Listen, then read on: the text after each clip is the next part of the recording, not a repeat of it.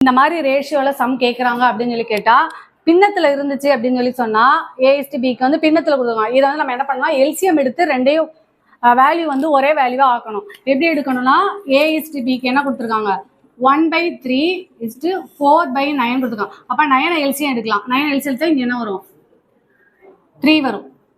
அப்ப 3:4 அப்படின்னு வரும். இப்ப அடுத்து வந்து என்ன பண்றோம், B/Cக்கு வந்து 5/6:7/12. அப்ப 12 எல்சிஎம் எடுத்துக்கலாம். 12 இங்க என்ன பண்ணலாம், 2. அப்ப 10:7, ஏன்னா இது 1 டைம் போறதுனால. அடுத்து என்ன பண்ணோம், C/D 2/7:5/14. இப்ப 14 எல்சிஎம் கீழே எடுத்தீங்கன்னா இங்க என்ன வரும், 2 டைம்ஸ் போகும்.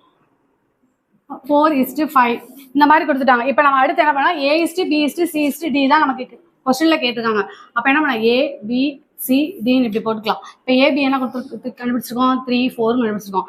BC என்ன கண்டுபிடிச்சிருக்கோம், 10 7 கண்டுபிடிச்சிருக்கோம். CD என்ன கண்டுபிடிச்சிருக்கோம், 4:5. அப்ப இப்ப கண்டுபிடிச்சோம். இப்ப இதை என்ன பண்ணலாம், இந்த ரெண்டு வேல்யூ நம்ம ஒன்னா ஆக்கணும். ஒன்னா ஆக்கணும் என்ன பண்ணலாம், இதை வந்து 4ஆல மல்டிப்ளை பண்ணலாம், இதை வந்து 7ஆல மல்டிப்ளை பண்ணலாம். ஓகேவா. அப்ப என்ன பண்ணணும், அப்ப இதை 7ஆல மல்டிப்ளை பண்ணும் போது இதையும் நம்ம 7ஆல மல்டிப்ளை பண்ணணும். அப்ப 5 7s are 35. இது என்ன வரும், எல்லாங்க 28 வரும். இப்ப இங்க 4ஆல மல்டிப்ளை பண்ணனால இங்க என்ன பண்றோம், 4ஆல மல்டிப்ளை பண்றோம். இங்க 4ஆல மல்டிப்ளை பண்ணா 40 வருது. அப்ப இதை என்ன பண்ணலாம், 10ஆல மல்டிப்ளை பண்ணணும். அப்ப 40. இங்க 10ஆல மல்டிப்ளை பண்ணால இங்கேயும் 10ஆல மல்டிப்ளை பண்றோம்,